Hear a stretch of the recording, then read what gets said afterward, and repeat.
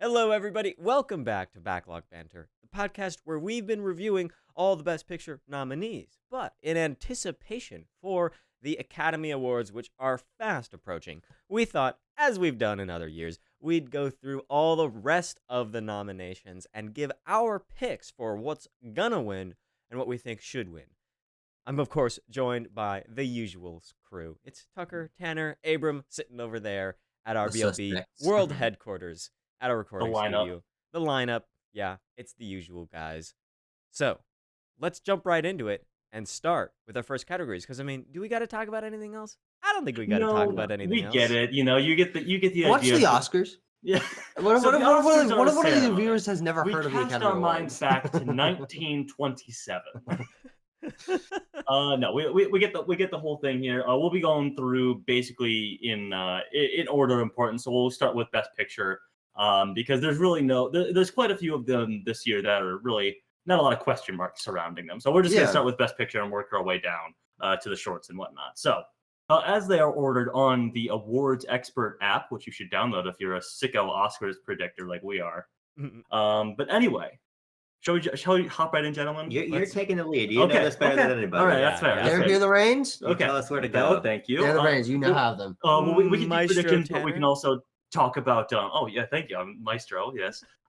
We can also talk about what our preferred winner and Sure. so on and so forth, because we now have seen all the Best Picture nominees. We've not reviewed them all; those are still forthcoming. The last couple, but stay tuned for those. So, Best Picture, gentlemen.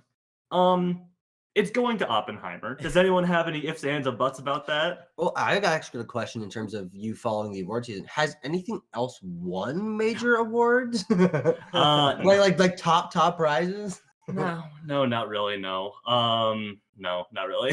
Yeah, but I mean, actually, that isn't very far off from what we've gotten in the last couple of years. I mean, Yeah. it's mostly been sweeps. Everything for one of ever the- all at once. Yeah. Yeah. Coda had a little bit of competition. Yeah, in Power the of year Dog, before that but- was Power of the Dog, and then Coda overtook sort of at the last moment. But the last 2 years, this year and last year, have just been there's just been a steamroller. Yeah. So hopefully in award season to come that doesn't happen, because it's kind of boring. I'm not gonna lie. It is kind of boring, and I like Oppenheimer a lot. I have not rewatched it. Excited to re-review it, but to me, even though in my mind, like, that's a boring Best Picture winner, but it's not. It's an awesome movie by a filmmaker who's never won the award before, Right. never won Best Director even. So like, it's time for him to get his flowers, and that was absolutely a moment. But like, I just wish like Poor Things would win, frankly, something kind of weird and kooky and kind of creepy and strange. But I do think that Oppenheimer will win, and I'm excited for it to win because Christopher Nolan has been just like, I'm gonna say working in the background.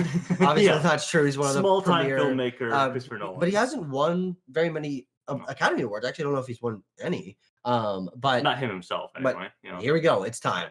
So Tucker, Poor Thing could be your preferred winner. Absolutely. Okay. It's far away my favorite.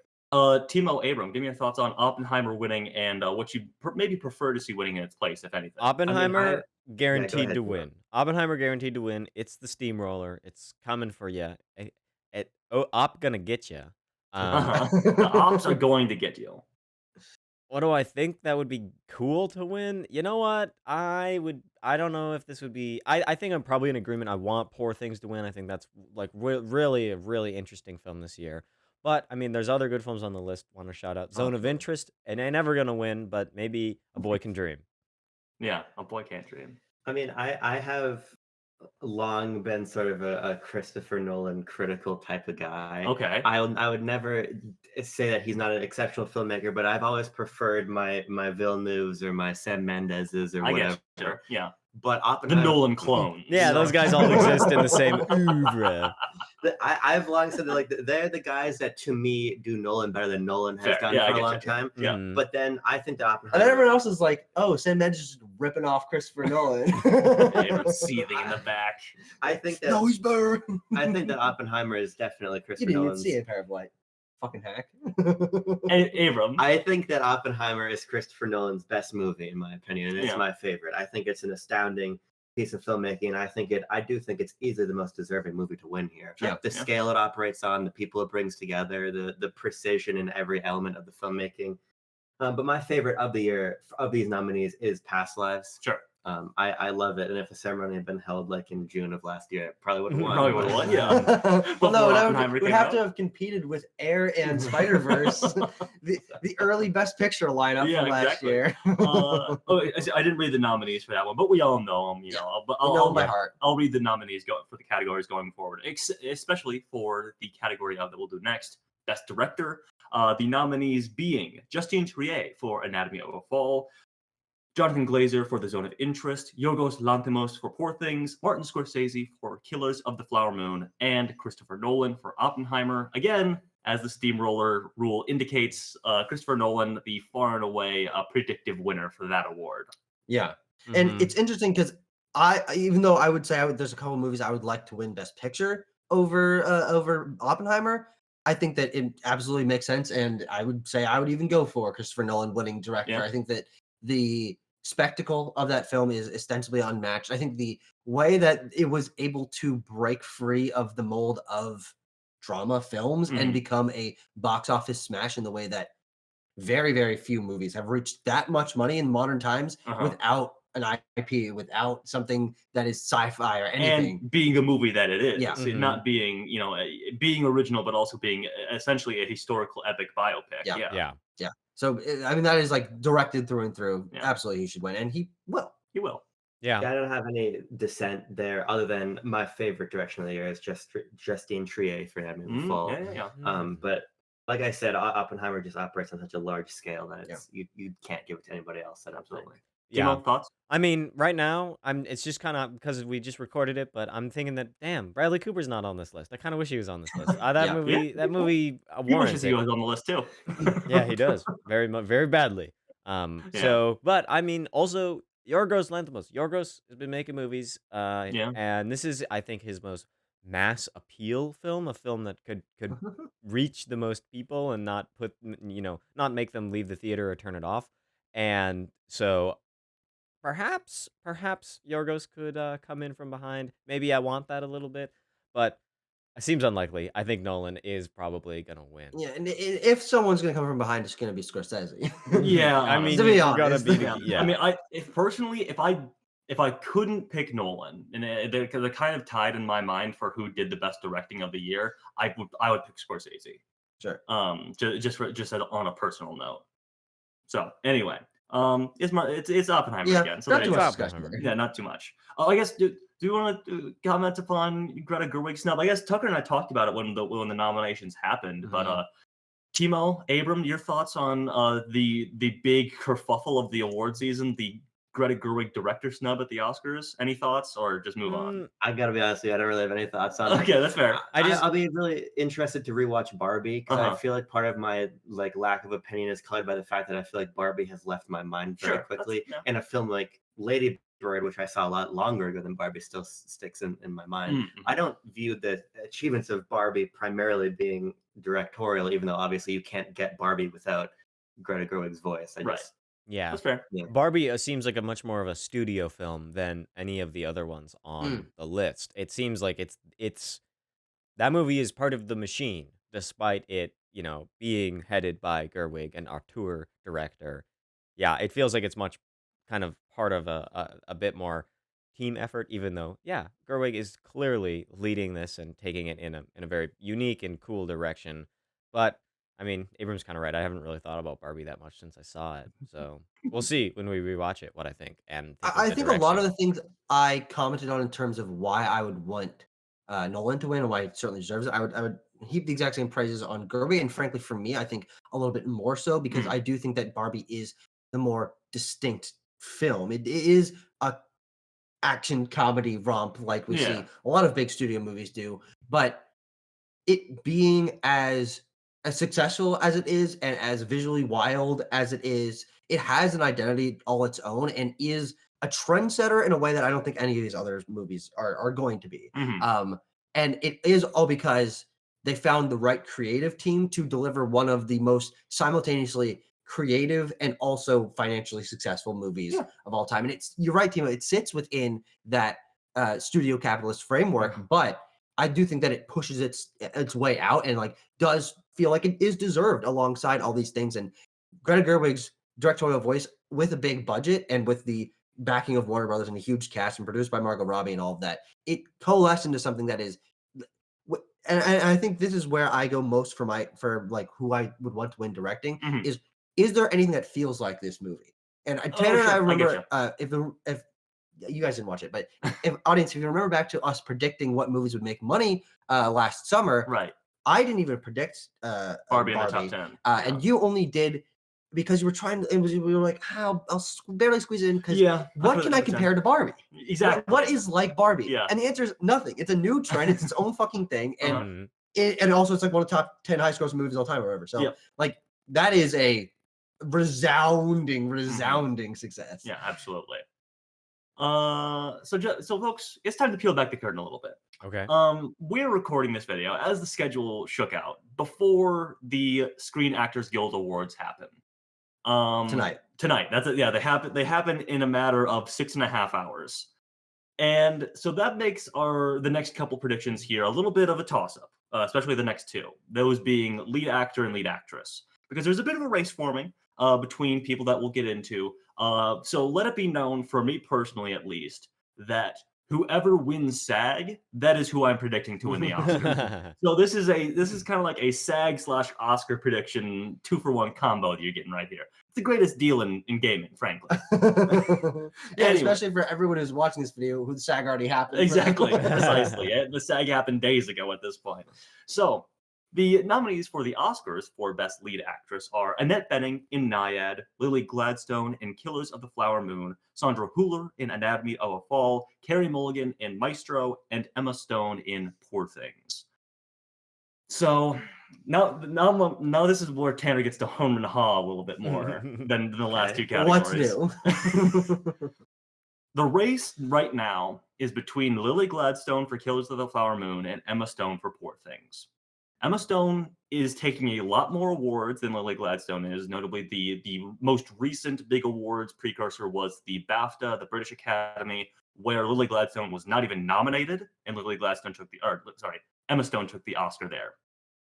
Other one, they've never actually, in every category or award show where they've competed, it's been Emma Stone. Yeah. They both won Globes. Of course, but they were not in the same category there. So, as of right now, the smartest thing for me to do would be to pick Emma Stone in Poor Things. But what I'm going to do is pick Lily Gladstone for Killers of the Flower Moon. Okay. Because I think that there is just a much stronger meta-narrative for Lily Gladstone, being the first Native American woman, being sort of coming out nominated. Yes. There is no clause after that. I want to be clear about this. So yes, I meant to say she would be the first Native American woman to win the award or /be nominated, whatever. She is not. There actually was many more Native American women before Lily Gladstone, believe it or not. I just want to believe in that more rather than Emma Stone getting her second Oscar for a performance that I fucking love, but mind you, that I was massively complimentary of in our review. But I think that SAG is going to go Lily Gladstone. I think it's going to be a similar situation to what we were seeing last year between like Cate Blanchett and Michelle Yeoh, where Michelle Yeoh takes the SAG and goes on to win the Oscar. I think Lily Gladstone, if she wins the SAG tonight, can give a really powerful speech, go on to win the Oscar. We're smack in the middle of Oscar voting right now. Yeah, and show's only a couple weeks away. Exactly. There's like no time to like reconsider that. Exactly. So I am partially hope dicting, partially like there's a logic. There's a logic to it, but logic demands that I would pick Emma Stone. But I am flaunting logic here right now. I mean, I'll just dovetail because I don't follow any of this precursor shit. Fair, that's fair. I think Lily Gladstone gave the best performance of the year. I want Lily Gladstone to win the Oscar. Thus, I'm predicting Lily Gladstone because Greta Lee is not nominated. Yes. But what I'm going to say is that, Tanner, I actually had the exact same thought process as you did, and I had come up with this on my own before we started recording, and I would have said it if you hadn't said it. I see. Okay, so I got you. I'm going to go with Lily Gladstone as well for the same reasons. Okay, sounds good. I'm going to go with Emma Stone because I think that she's kind of got the performer's performance. That her performance is so... It's transformative and like all-encompassing in that film, and just kind of go with the other option so that one of us is right. Yeah. And I'm going Emma Stone as well, and I do think that frankly, what gives her the edge is that she is more of a presence. Yes. Lily Gladstone is not the lead of that film. She's not the lead of that film. It's a little bit of sneak.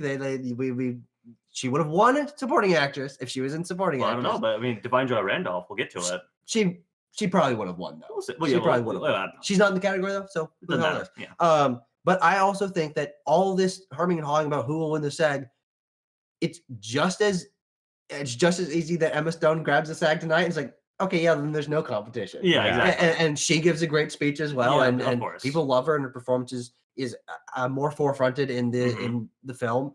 But so I'm going Emma Stone. Yeah.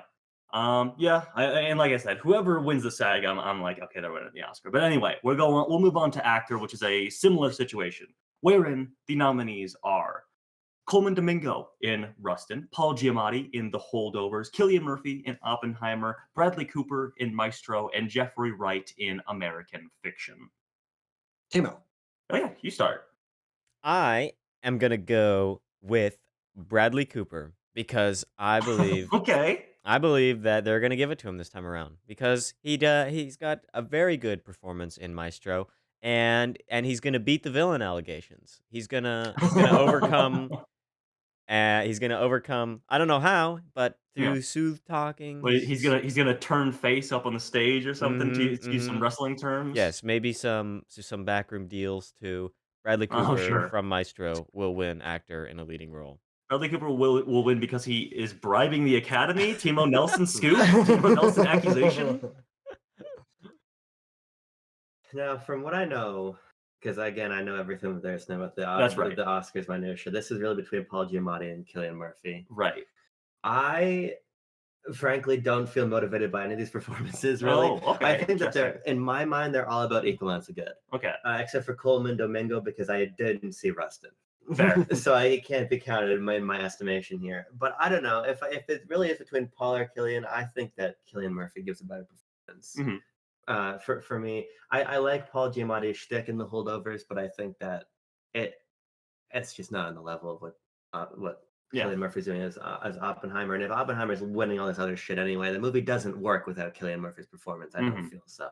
I'll say Cillian Murphy's going to win. Okay. Yeah, I'm going with that as well. Cillian Murphy. I think that this is Oppenheimer's night to lose in essentially every category that it's in. And I think that this is actually one of the ones that has the strongest chance of winning. I mean, Paul Giamatti is competition. This is one of the only acting categories where there hasn't been, there is the most competition in terms of who's winning. Yeah. They've been winning pretty much equally, but I do think that I think Cillian's can take the SAG tonight.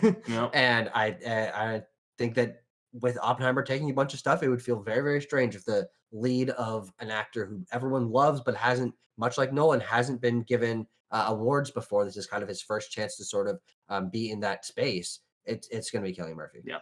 Well, since Cillian Murphy is the majority opinion here, I'll just go ahead and say Paul Giamatti because, you know, again, what about what you believe, Taylor? I don't know what I believe. I don't know what I believe. I'll believe it when SAG happens tonight. That's what I'll believe. Just for the sake of the audience, not me because I know. Why is SAG uniquely important for who's going to win? So particularly because the acting body of the Academy is the largest branch. That is the largest branch of voting. So that's who votes on the SAG Awards as well.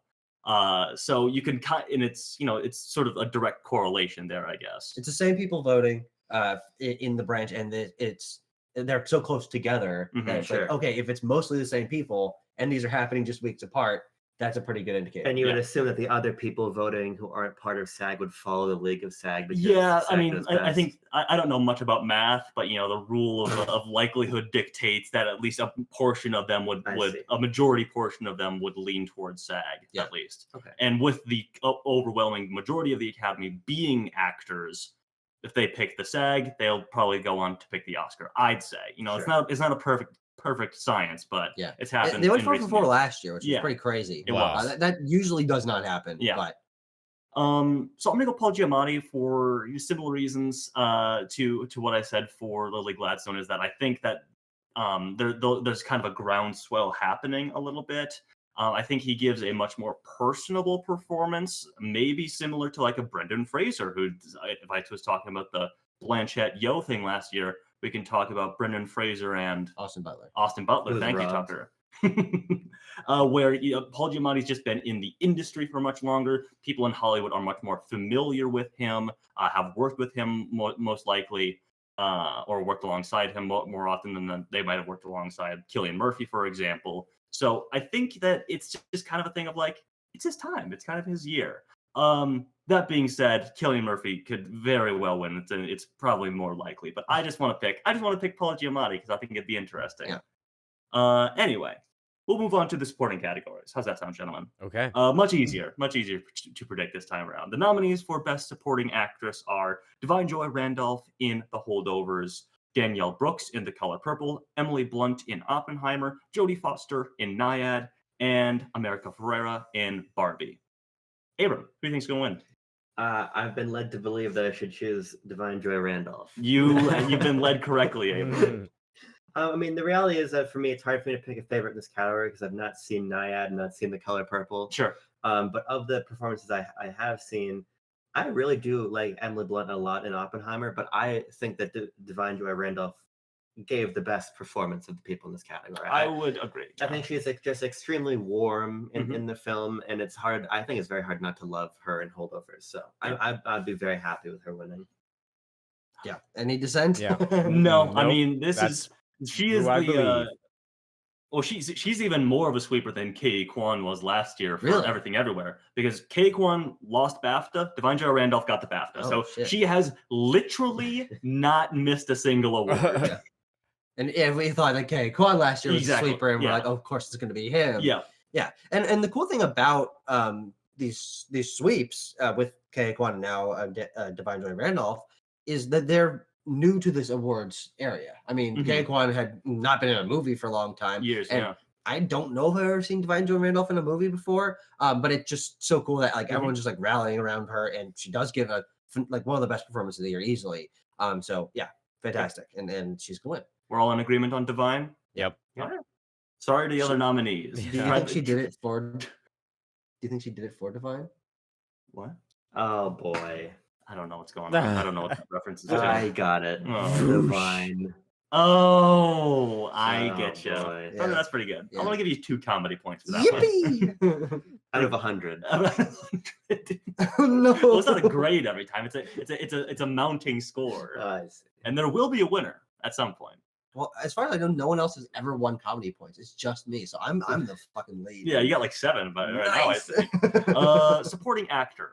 The nominees are Ryan Gosling in Barbie, Robert De Niro in Killers of the Flower Moon, Mark Ruffalo in Poor Things, Sterling K. Brown in American Fiction, and Robert Downey Jr. in Oppenheimer. Oh, this is a stacked category. This is like every single one of these are great performances in their own films. But which one? Tanner, I don't know. I think that the narrative and the sweep goes for Robert Downey Jr. I mean, this being his first chance again, like a lot of these to be actually basically all of these leading nominees, except for Emma Stone, are like kind of new to the potential of winning awards. And Robert Downey Jr. is another actor that everyone has respected for so long and wanted to have a chance to get into this area, and he absolutely is. And also he comes along with the sweep, and it's just everything points to him. But this is, I think, like Timo was saying, I think this is the hardest category for me to pick personally. Yeah, pick a favorite. Yeah, Mark Ruffalo. Yeah, I like Mark Ruffalo a lot. I mean, I'm picking RDJ for this. I mean, I think that, the sweep is happening and the steamroller, and he's actually quite good and maybe a little deserving. But Mark Ruffalo is so maybe a little deserving. Maybe a little bit. Mark Ruffalo is so funny in Poor Things, and he just is just this like, he also folds into the character that he plays quite well, similarly to Emma Stone, and they just become absorbed in their own role. Mark Ruffalo's not being, I guess, as different as Emma Stone is, but he's still just very, very complicated character, and the performance is well done, and we get that great like Bella, like that moment just sticks with you. So I mean, it'll be on the reel that they play before it's announced. I guarantee it. We're gonna if they play reels. They don't really do that anymore. I'm gonna find the director of the Oscars. I'm gonna find who plans these things. I'm gonna wring their neck if there's not clips, especially for this category, because all these motherfuckers have great clips. They have great clips.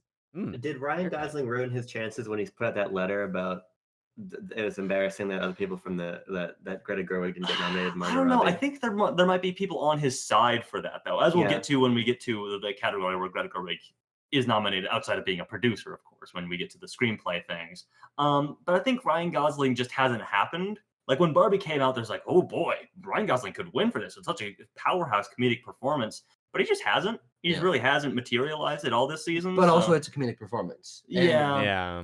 I mean, okay, sure, Kwan was funny. He was. Everything Everywhere, but it was also a dramatic performance. Of course. Ken doesn't really have a dramatic moment. Yeah, they're like half-assed, but then they're also comedy. Yeah, it's not. They're dramatic moments that are hedged in like surrounded by it being funny that this is happening to Ken. Yeah. Has Ryan Gosling won an Oscar before? No, he's not. He's not even nominated. Oh, is he nominated for La La Land? Must have been nominated for La La Land. I don't remember. It's a non sequitur. I'm just curious. I mean, Certainly not one. He'll get his time. He'll get his time eventually, just not for Ken, I don't think. My favorite of these nominees is easily Sterling K. Brown. Yeah. In American Fiction, I think that he is exceptional. So I would love to see him win. What about Robert De Niro? Is there any chance for Robert De Niro to win?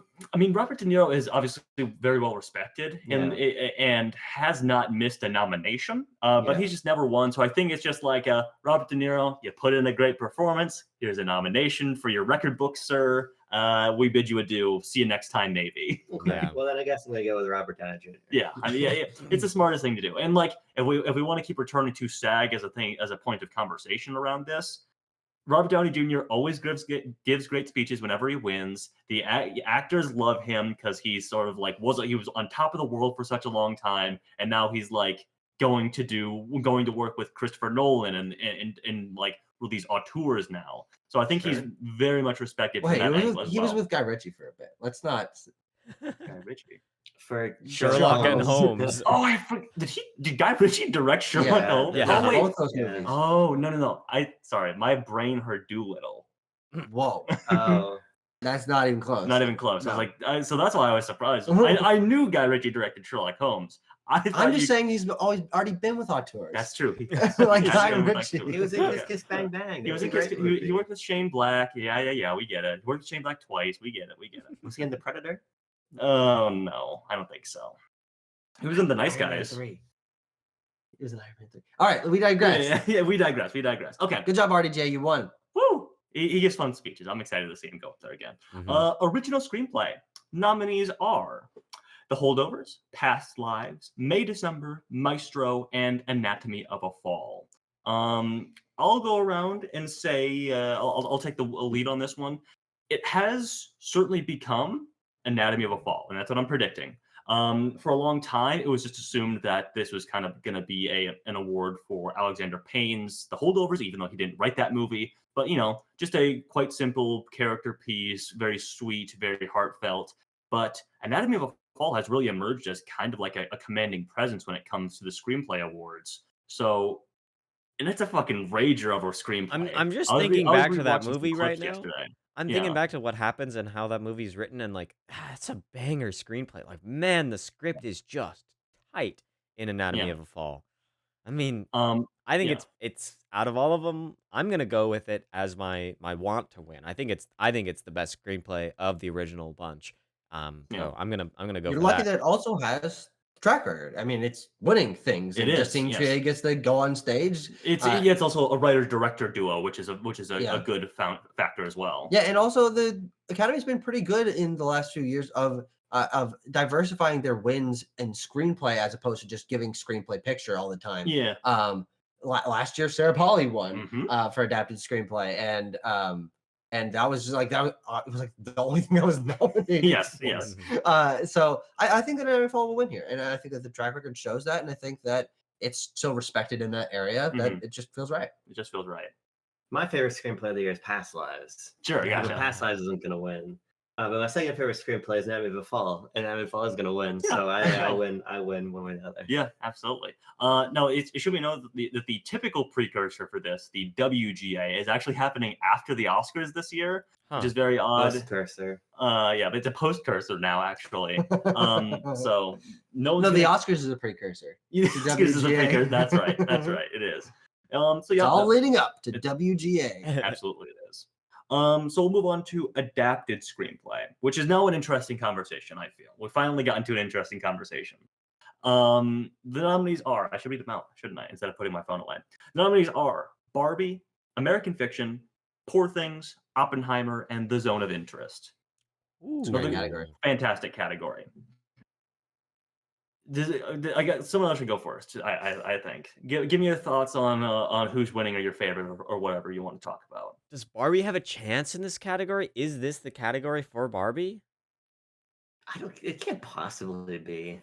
It kind of is. Like it's between Barbie and American Fiction is what's going on here. Oh, really? Yeah. I would have said it doesn't maybe the bottom too.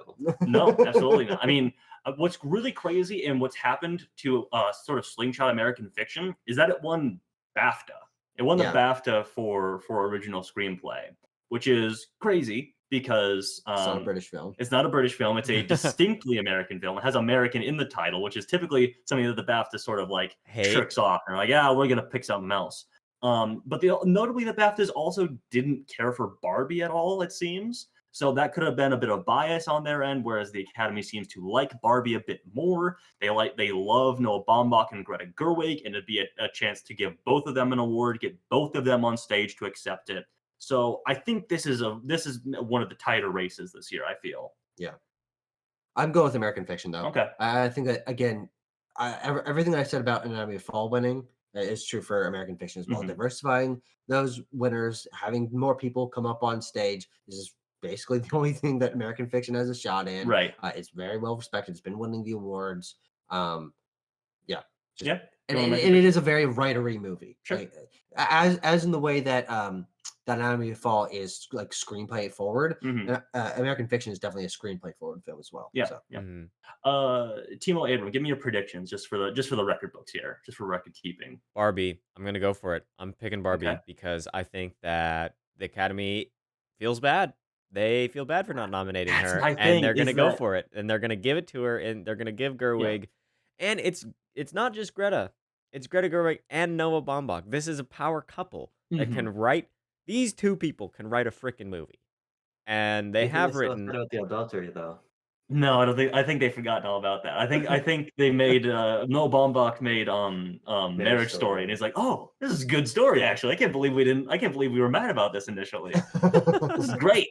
But Timo, I absolutely agree. I think there's been such a outcry, and especially people from in the industry who are voting on it, agreeing with the fact that Greta Gerwig should have been nominated for director. That I don't want to say it's a consolation prize, but they're like, we'll give you this, since we're sorry. Since we can't go back and change the past, we'll do this instead.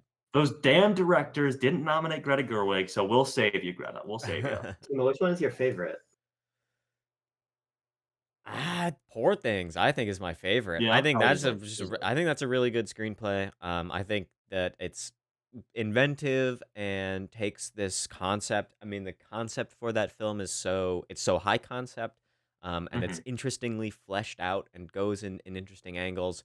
And one of our commenters on our Poor Things review really talked about like the concept of shame in that film, which we didn't really like discuss so much when we talked about it. But I think that that's like a huge deal, is like this like overcoming and shedding off of shame, and that like that theme is a theme that we should hear more about right now. People need to be less shameful in their little. I disagree. I think people need to be more ashamed of what they need to be doing. more ashamed about their TikToks. They need to be posting less rage bait, like insane cooking TikToks, and be less shameful about their inner thoughts and desires, and more shameful about the stupid stuff they're putting on the internet. That's fair. No, that's fair. I feel shame for neither. Yeah. I'm gonna predict Oppenheimer. You're gonna go I think it's ridiculous that Oppenheimer wouldn't win this category, so I'm predicting Oppenheimer. Okay, that's fair. You know what? That's fair. I think everyone's gonna come to their senses in the next 2 weeks. Okay. I don't know if I said it, but I'm gonna go Barbie as well, I think, for my prediction. So, moving on to Best International Feature Film. The nominees there are Howling. He loves international movies. He loves foreign cinema. Society of the Snow, Perfect Days, The Teacher's Lounge, Io Capitano, and The Zone of Interest. It's going to be The Zone of Interest because that movie is nominated for Best Picture. Not a lot of conversation to happen around that, unless there is conversation to be had. I genuinely feel. Are you sure that's the right list? Yeah. Why? Because isn't Anatomy of the Fall? Anatomy of a Fall. Well, Abram, let me weave you a little tale here about the French. Yeah, I don't know what any of these movies are other than The Zone of Interest. Actually, I know about Society of the Snow because you told me it was a cannibal movie. Yes, it's about a Uruguayan football team that gets stranded in the mountains and has to. Though. we were waiting in anticipation for the second one. That was like an aftershock. Yeah. I don't know what that was. A past Timo, go rumbling. ahead. I'm throwing my hat in for my man Wim Wenders. Perfect Okay, Days. all right. I didn't see Sure. that movie yet, but it got very good reviews. People said it was really one of his best in recent years. And I just want him. I love Wim Wenders as a director. him. I want him to receive this Oscar. Yeah, sure. I can dig it. That's completely unfounded hope diction. Not only have you not seen the movie, but it's incredibly unlikely to win.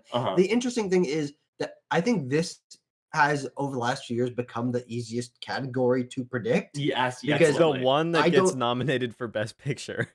Yeah, for best picture or director or whatever, because they have those quote unquote slots in picture and director now. And Anatomy of a Fall's not nominated here, and so Zone of Interest is going to win.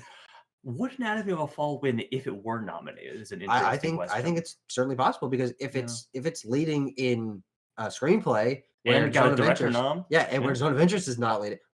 Zone of Interest is also that's and a screenplay nom, sure, but it's not leading. Yeah. I think it probably would have been Anatomy of a Fall. Anyway, yeah. I will actually be seeing Perfect Days and Io Capitano like the day before the Oscars as it sort of panned out. So maybe you should treat these movies a bit more, studios who have these, so people can go see them. Just a suggestion. It's like Perfect Days was out in Europe for months before it came out in America. Like they just held it from us for so long. They don't want us to witness great cinema. Nope, they just don't. Okay. They want us to watch The Beekeeper. Now, one that I'm sure everyone will have more thoughts on than international feature is documentary feature. The nominees there are Bobby Wine, The People's President, Four Daughters, The Eternal Memory, To Kill a Tiger, and 20 Days in Mariupol. I know which one it's going for too. You do? 20 Days in Mariupol. Yeah. Yes. I would tend to agree. I haven't seen any of them, but I just know. Yeah. Yeah, me too. I'm the same boat. Okay, sounds good. I saw like 20 minutes of Bobby Wine when you were watching it. I thought it looked pretty good. Yeah. That's certainly like second place. I think it won. I'm not as familiar with the documentary precursor awards since they are sort of separate. But I think Bobby Wine actually won a couple, but I think it's going to go to 20 Days in Mariupol, which I actually watched just a couple days ago, and that is a fucking harrowing work of journalism from the creators of that. I saw a tweet or something, and someone was like, "Yeah, I went to a double feature of 20 Days in Mariupol and The Zone of Interest, and that was the most depressing day of my life."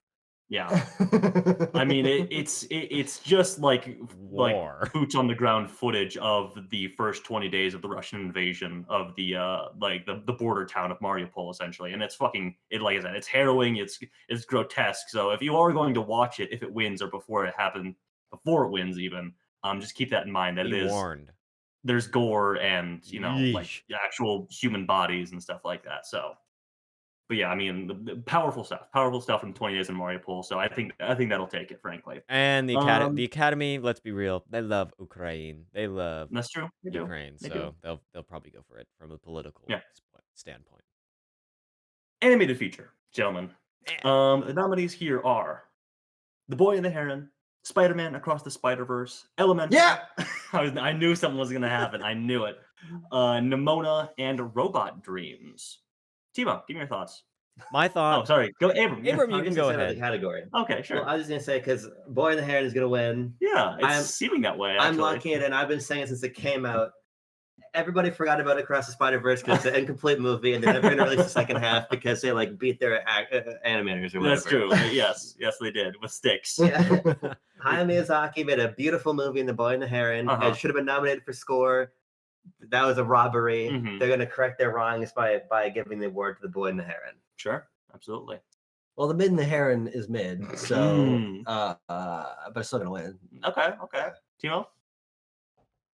I'm inclined. 3 out of 10 is beating a 9 out of 10 and 10 out of 10, but you know how it is. I'm inclined to agree with the boy and the heron. Although I think Spider-Man Across the Spider-Verse has some special merits. It is a beautiful animated film, and it takes some, it like the first Spider-Verse film pushed the boundaries of Western, animation. It pushed what we thought a Western comic book animated film could really look like, and I think they did it again with Spider-Verse. They further pushed the boundary of how these films can be. And so, well, I think Abrams' right. People have forgotten about it, and it's an incomplete movie. So let's go with Miyazaki. I mean, has Miyazaki won an Oscar yet? He's not. Well, no, he won back in. He won for Spirited Away. I want to say that would make sense. Give him another one. Wasn't that same year Shrek? But Shrek won. Right? Shrek was 2002. It was 2000. Oh. Wait, no, was it? No, Spirited Away did win the Oscar. Okay. Unless I was really not paying attention in class when we were doing a Spirited Away unit, but I'm pretty sure it did win. Hang on, let's check it out. But anyway, it's Hayao Miyazaki. This is his last film. Yes. Yeah. I gotta give him the shot. Okay. We were right. Spirited Away did win the Oscar for Best Animated Feature, but it won in 2003. Oh, maybe it was released in the U.S. Exactly. Sure. Yeah, but so Shrek also won in the year. It won the first ever animated feature award. So there you go. Having it high. I guess it's going to be The Boy and the Heron, which feels wrong to say. Oh, totally. Well, pump the brakes because it feels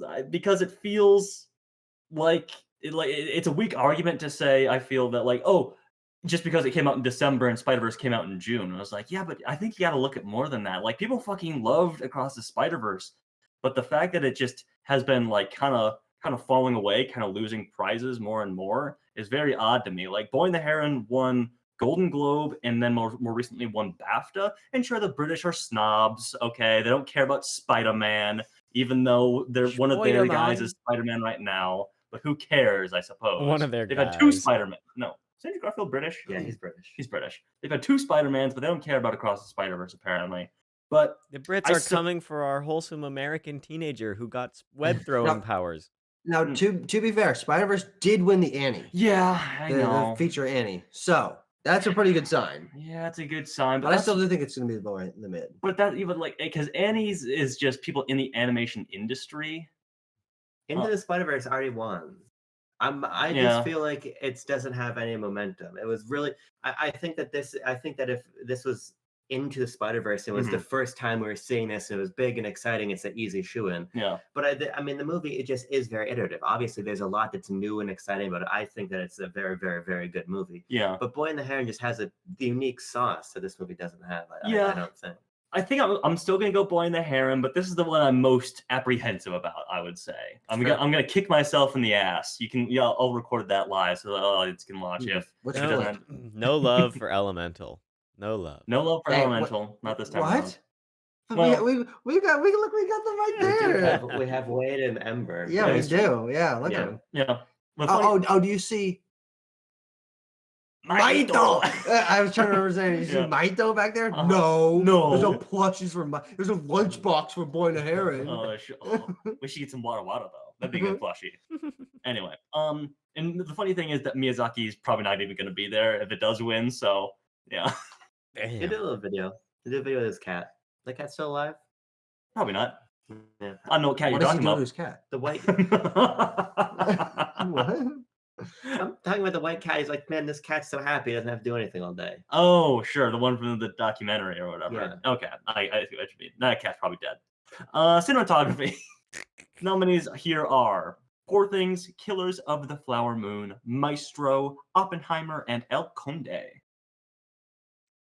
It's going to be Oppenheimer. It's Oppenheimer. Yeah. Isn't this another one of those movies where they had like make a new camera or whatever the hell? It seems like it. They invented something for this movie, I'm pretty sure. Yeah. Well, they also blew up bombs for real or whatever. Yeah. They did. They had the geniusness of, I think because, correct me if I'm wrong, Oppenheimer is not nominated for visual effects, right? It is not. No. Because of that choice, they're going to, the cinematographers, they're all gonna say that the visual effects are actually cinematography, because they're practical. You know, they're done in real life, I guess, and so therefore that's cinematography. I also think cinematography is pretty well done. I mean, talk Hot about take. you know, Hoyt van Hoytema Yeah. knows what he's doing, and the Right. IMAX looks really good. And I mean, just there are some really really impressive bits in this film.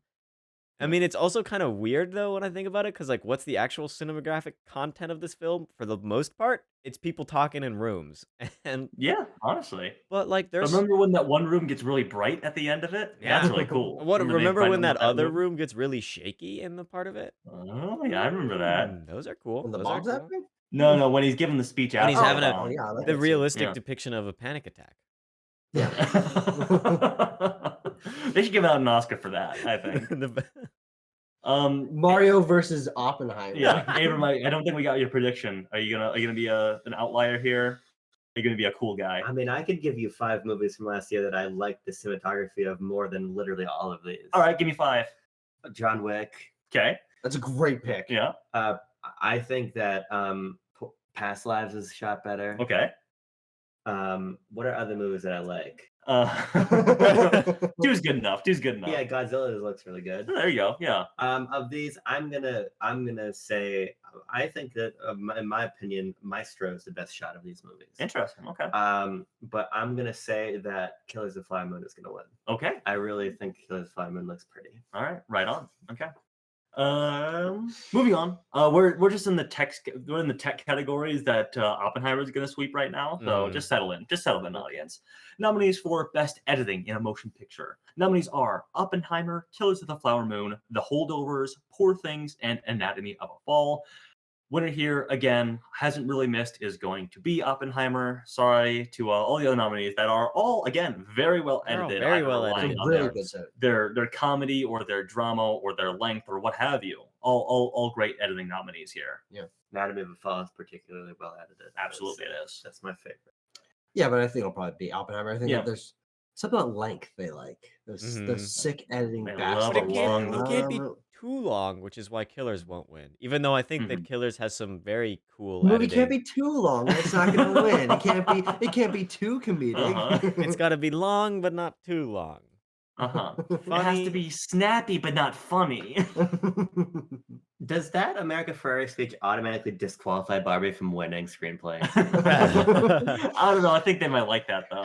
I like that. Yeah, I mean, it'll probably be, if they do clips, which they should, it'll probably be her acting clip. So. Oh well, yeah. Yeah. What else does she do? She pretends to drive a car. Yeah, she drives that Chevy Equinox. the Chevy ad in the middle of Barbie. Yeah. I saw people joke that like that scene alone should be enough to disqualify Greta Gerwig from being in Best Director. just allowing them to shove a Chevy ad in the middle of your movie.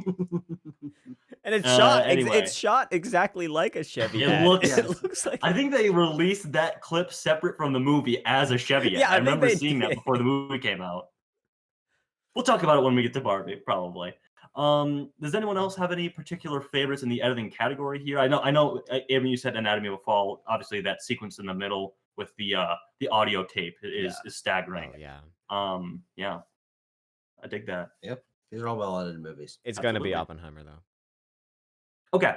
Now we get to an interesting spot, actually. We're taking a break from the Oppenheimer sweep here in the text. We're getting to production design and costume design. Okay. We'll do production design first. The nominees there are Barbie, Poor Things, Oppenheimer, Killers of the Flower Moon, and Napoleon.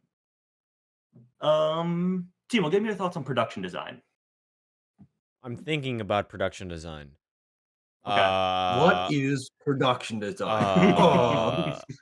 I know full well. Do you want me to give you the two big boys right here that are sort of duking it out? I think it's gonna be Barbie because of that story, and the story that this film actually made news about its production design.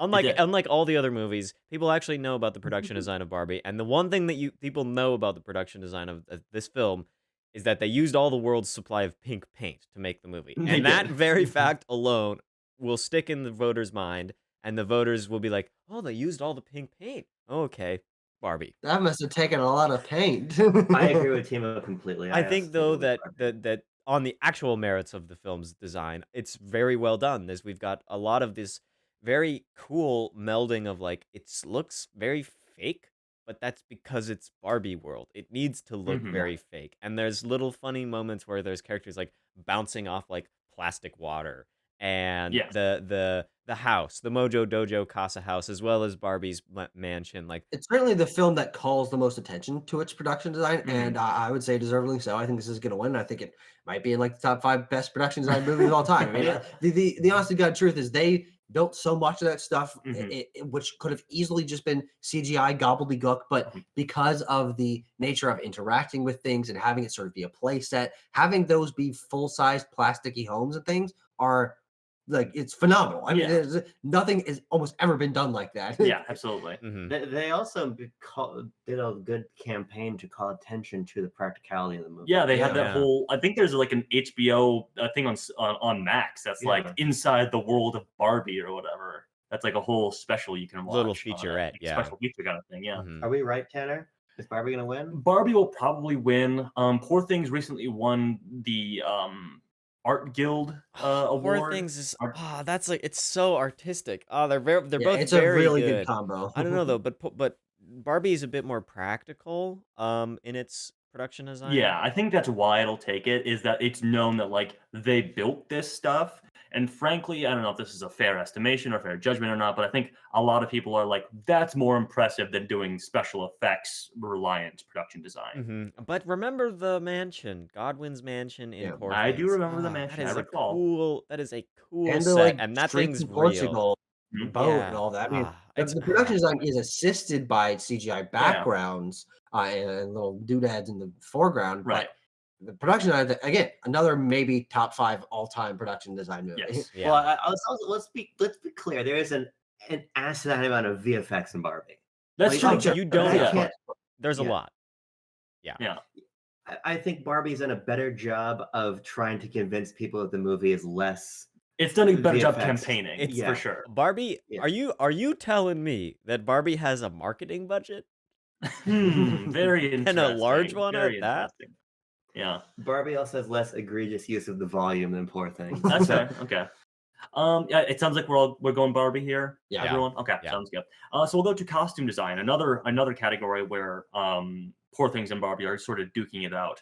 Nominees that are, of course, Barbie and Poor Things, but also Killers of the Flower Moon, Napoleon, and Oppenheimer. Wait, it's the same. Same nominees. Yes, same in both. And the conversation's the exact same, frankly. Yeah. I mean, variety of costumes, how impressive the complexity of the costumes are, but Barbie's just the more costumes. You think so? I always point to the scene in Barbie because I think a lot of people will be remembering when they're looking at their ballot.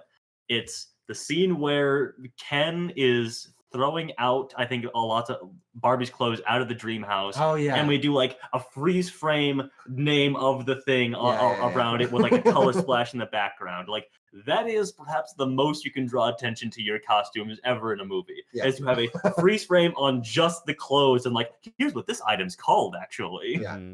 I don't think also that is going to how many win. extras there are. Yeah. I think though that costume designers as voters are particular, and that the costume design in Poor Things is just much better and much more creative and beautiful. I love the costumes in Poor Things, and I was looking at them and admiring them the entire time the film was. You're looking at the costume design respectfully. Yeah. It should be noted, Timo, so just so you know, that yes, while the Costume Designers Guild of the Academy chose the nominees here, everyone gets to vote on the winner. You gotta think about the Academy as an entire unit. Like what are they gonna gravitate towards? all the dumbasses. Yeah, but I'm gonna hope predict Poor Things. I'm predicting Poor Things. I agree with Timo. I think that the costumes of Poor Things are more impressive. I see. I think if I was a voter, I would look at the Barbie and be like, they're just wearing clothes. And I know that sounds stupid, but at a certain point, I think that the meticulous construction of the dresses of Poor Things I totally understand. is more memorable. And you look at if I'm a voter, I'm like, I just gotta go look at some posters. I forget what these movies are. Philip Baxter's big dresses. Those are yellow and blue, just the colors. Yeah. Okay. We got a 50-50 split here. Tucker, are either of us going to abandon SS Barbie? Do we have to decide? Yeah, sure, why not? Why? I don't know. Because you have to. Doesn't have to. We can move on with the 50-50 No, yeah. split on that. All right, that's fine. Well, I'm just trying to get the, as we do every year, the 100% correct BLB unit predictions. The biblically accurate Oscar winners. And we've always been 100% right. Don't go back and watch those other videos because trust me, we've always been right. Tanner? Yeah? I think that the winner for costume design is going to be... Oh, Abram, you're so right. You're so right. Napoleon. At the end of every category. Okay. Makeup and hairstyling. Nominees here are Oppenheimer, Poor Things, Society of the Snow, Golda, and Maestro. Abram, give me your thoughts. What's Golda? Golda is Helen Mirren plays the prime minister or whatever they have of Israel. Do they make her look old? Yes. Okay. They put a bunch of makeup on her to make her look more like whoever she's playing. I forget the name of that woman. So I think Poor Things will win hair. Probably. I'm going hair and makeup for Poor Things. Okay. I think that just the Willem Dafoe. I didn't recognize what you said, but yes. Yeah. Golda. Sorry, Evan, continue. The Godwin makeup alone is really good. Yeah. Also, Jean's friend's dad did the makeup in Poor Things. Yeah. So I have an allegiance to the Nepo pick over A here. person you've never met.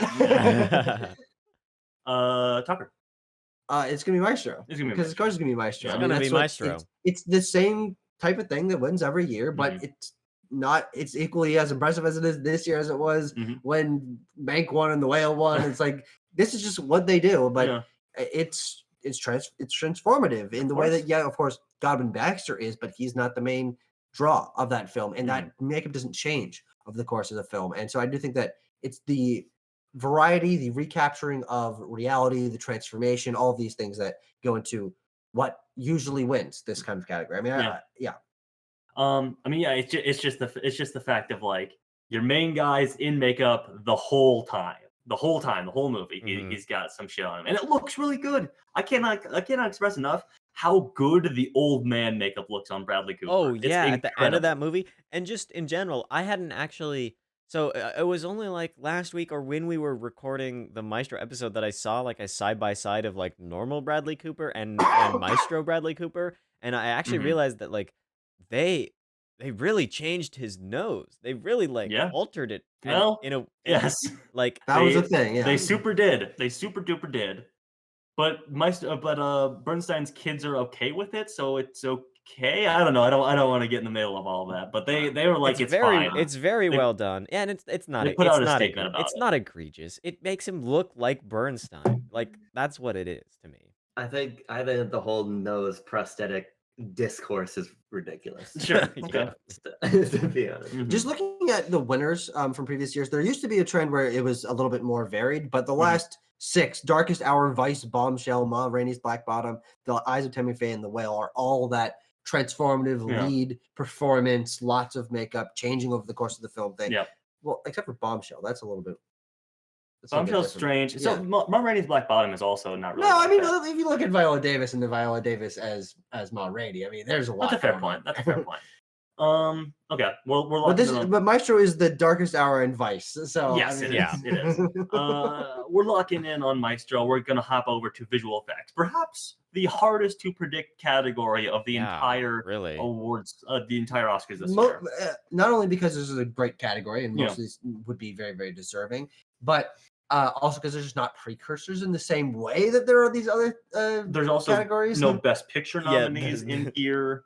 Yeah. But the nominees are Mission Impossible: Dead Reckoning. No, part 1 they removed that. Yeah. Napoleon, Guardians of the Galaxy Volume 3, Godzilla -1, and The Creator. Can I take this one? Go for it, because now we got some Abram movies. And Now we got Reigns? Yeah. Oh, there you go. Okay. Take it. I think that Godzilla -1 should win the category. Okay, I get you. Putting aside what the VFX artists probably went through to make the movie for the budget. I'm sure there was horrible working conditions for all of the people who worked on all of these movies. That's a good point. I mean, fucking Guardians of the Galaxy is not. Yes. But I think that Godzilla looks for me, Godzilla is surprisingly effective in its VFX. I would give it to Godzilla. However, I think the creator will win. Yep. And if I was the one giving out the visual effects awards, I would also give the visual effects award to the creator. Okay, They yeah, would both interesting. win. I would take the Oscar and I'd turn it, and it would click, and I'd turn it into 2 halves. Oh, and they'd nice. each get a half. Anyway, Awesome, yeah. okay. I think that It's like a mysterious puzzle artifact. Sure. I think that the creators, I think that the only thing that people know about the creator is that the creator had a small budget and the movie looks exceptional for the budget. Yes. And they shot it on the camera you can buy from Best Buy because that tweet went viral like 18 times. Yep. Yeah. Yep.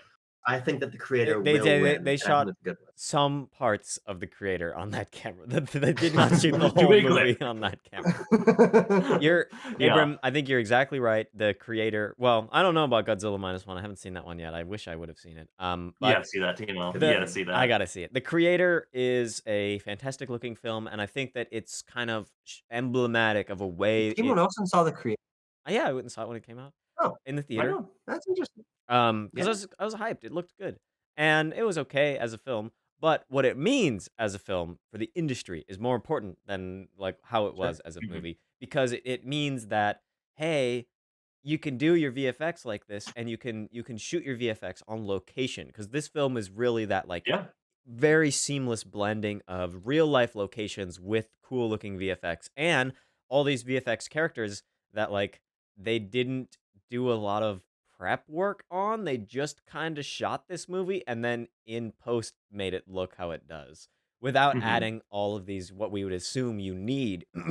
They basically said you don't need to shoot inside the studio. You don't need to have those little silver balls to measure the reflections. You don't need to have the little tracking points on all your characters. You can computers and AI and all that shit is advanced enough now that you can just kind of have the computers figure it out from your footage. With Sure. enough time and with industrial light and magic doing it, you can make anything look good. Yeah. I'm gonna go with the creator as well for all the reasons that you guys said. I think there is a bit of a narrative around it, perhaps more than there is for anything else, except for maybe Godzilla -1 in terms of budgeting and the work that the crew did and everything. Yeah. Um, If Napoleon also- wins any awards this year, I'm gonna be mad. That movie doesn't deserve anything. I mean, there was a tweet that I saw that was like a trend with the Oscars VFX. It's like there hasn't been, or there's only been like 2 or 3 movies that haven't won VFX with a production design award, and Napoleon is the only one that has that. But I think, I think that's got to be an outlier. There's just this nothing year. special about the Napoleon movie. Yeah. But ultimately, I think I'm hungry for any precursor I can when it comes to this because it's so hard to predict. And the creator also just like kind of swept the Visual Effects Society awards. So I'm gonna go with the creator. Why not? Timo, it's your time to shine, baby. It's the Sound Award. It's Timo's one time to shine, not Yeah. 2 times. So you'll get to take this and give me your thoughts after I read off the nominees, which are as follows: Maestro, The Creator, Mission Impossible: Dead Reckoning, Oppenheimer, and The Zone of Interest. So my thoughts are that artistically the most deserving film in this list is The Zone of Interest. That movie lives or dies by its sound. It is fantastically conceptualized and realized in the movie. But sound awards always kind of go to your like big movies, and blockbusters really do very well. Like action films. Last year it was Top Gun Maverick that won sound, or at least from the Guild, from CAS and MPSE. Top Gun Maverick took home the big awards. So I'm kind of split. I think Oppenheimer is probably very, very likely. It's like that's the obvious choice, but I think that Mission Impossible could come from behind, because they tend to give very intense action films a lot of love in the sound department. But God damn it should be Zone of Interest. Zone of Interest is the one that I really want to win. I'm gonna say it though. Oppenheimer probably will win. Yeah. Thoughts, gentlemen? I believe that Zone of Interest won the sound of the BAFTA, right? It did. It did. I would hope that Zone of Interest wins. Okay. So I'm gonna go with Zone of Interest winning. It's like, is the sound work in Zone of Interest obvious enough? That's the question. Is it obvious to the viewers, to the Academy voters, that like it's doing a huge amount of No, the work for the question is, movie? how many of them saw Zone of Interest as opposed to Oppenheimer, which in the vein of the last few winners being Dune and Top Gun Maverick, are loud, bombastic, very complex, but also very, very well done. And so I think Oppenheimer easily has this. And that's not me saying that I don't appreciate the sound design in Zone of Interest. I think that's one of the film's greatest strengths. But I do think that in terms of the trajectory of what usually wins this award, especially now that they are combined as one massive sound award, it is about that complexity and the variety. And Zone of Interest is more subtle and also less popular film. I really do think that Oppenheimer doesn't have almost any competition here. No, yeah, I think it's going to be Oppenheimer as well. Yeah, for the same reasons you guys said. It's kind of it's got big bombastic sound that really like grabs you and makes it quite memorable. When those little like particles are spinning around and it's like and you're like, the atomic energy. The presence of sound and also the lack of sound is something that really sticks with you throughout. Because you got to think about sound as like mix and design, and yet nobody knows what mix is, so it's all just basically design. Yeah. Score. We're wrapping it up here with the last couple here. Best original score. The nominees are Oppenheimer, Killers of the Flower Moon, Poor Things, American Fiction, and Indiana Jones and the Dial of Destiny. I get points in the draft for that. You do indeed. I'll take it. I'll take the lead on this one. It's going to be Oppenheimer. Ludwig Göransson did the score for this one, and it's incredible. Like I often find myself just like, I want to listen to Can You Hear the Music? And just live for a little bit. Just live for like 2.5 minutes. I just want to feel something. I just want to feel something. It's fucking incredible to me. And I should be talking about this on the Oppenheimer Quest review anyway.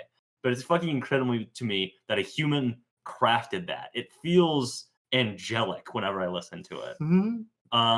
It has been winning a lot of the awards as a precursors. So yeah, it's gonna be Oppenheimer. Yep. Thoughts? Yeah, okay. I mean, my favorite score of the year is Past Lives. Yeah. But obviously I can't pick that. I'm going to predict that The Boy and the Heron wins. Whoa! And they storm They storm the stage to take Miyazaki, 90-year-old Miyazaki storms the stage. And Joe Hisaishi, I believe, is who did the score for that. It's not even gonna be right, and they're just going to storm the stage. Oh, and just take the award. They're gonna punch Ludwig in his stupid, I don't know, German face or something. And the plane is gonna be on the runway, ready to take them back to Japan. Oh, I see. I think they just and Tom fly the plane to the top of the theater, reach out the window, grab the award, and keep going. And Tom Cruise will be hanging onto the side of the plane just for good effect. See you at the movies. And Christopher McQuarrie's in another plane with a camera. Yeah, he's in like a cartoonishly small biplane or something, like a little Cessna, like Snoopy, that he has to control by pedaling. Yeah. Yeah, I think that exact scenario will happen. Okay. More likely. More than likely. And that's a BLB promise. That's a BLB promise right there. It's a biblically accurate Oscars promise. All right. Last one before I just quickly say who I think will win the Shorts Awards. It's Best Original Song. The nominees are. Let's see if I can remember these off the top of my head. The names of these songs. They are. I've got the names here. If you need. I got them. What Was I Made For from Barbie. I'm Just Ken from Barbie. The Fire Inside from Flamin' Hot. Was Haze or A Song for My People from Killers of the Flower Moon. And It Never Went Away from American Symphony. Tucker, you've listened to all these. You're the biggest song lover of all of us. What are we doing? Why are we putting this on me? I don't know. I have no idea. Okay, sorry. Is this Billie Eilish? Billie Eilish. Yeah. Tucker, correct. Holy shit! Look at me go. Yeah. No outside influence. Yeah. Billie Eilish won the Grammy for this song. She's not going to lose the Oscar. Yeah. It's as simple as that, I think. It's literally Barbie v. Barbie, though. I mean, right? It is. It really is. I'm Just Ken. It has the lyric power and I think the zeitgeist power. Mm-hmm. But it is Billie Eilish. I don't know. I want I'm Just Ken to win because that song is like so funny. For a long time, I was like, no, they're gonna give it to I'm Just Ken because it's the fun song. They gave it to the fun song from RRR. Why wouldn't they give it to the fun song from Barbie? But it's Billie Eilish. They gave her an Oscar for the James Bond song a couple years ago, rather. They gave her the Grammy. Feels like a couple weeks ago. They gave her the Grammy for this song a couple weeks ago. So I'm like, okay, I just really can't deny it anymore. It's gonna be What Was I Made For from Barbie. So there you have it, folks. And quickly, I'll just say, we're gonna get a performance of all of these, so at least we get the performance of I'm Just Ken. I think they'll end up getting Ryan Gosling to do it, but I think Mark Ronson, who is one of the co-writers on that one, said if Ryan Gosling doesn't do the performance of I'm Just Ken, it's not happening at the Oscars. Is kind of what he said. Yeah, and it Ryan has Gosling to was be kind of like Ryan. So going back much and power forth. for one man to Yeah, have. I know. He'll do it. He'll He'll do do it. it. He's gonna do it. He's a The team player. Academy's Yeah. gonna twist his arm because they know Oh, that's yeah. what the And then he'll viewers want. supposedly be like, go see Fall Guy. Yeah, go see. Okay. And then Fall Guy makes $1 billion. $1 billion. Falgillion. I'll just quickly say which ones I think are going to win. I won't read off all the nominees for shorts. For documentary short, I think it's going to be The Last Repair Shop. It's just a really solid like journalistic piece that manages to pack like at least four, but also like up to 8 really heartfelt stories, very, very unique, very fun stories into like 40 minutes of a documentary short. And it's about music, and it's like based in LA with like the last like musical instrument repair shop for schools that exist in LA. So I think that'll be a popular one amongst them. The Academy voters will be also, like, "Hey, I've driven by this place." Like, yeah, it's an LA Times doc as well. So there you go. Yeah. Animated short, I think it will go to 95 senses. It's a solid one. I quite enjoyed that one.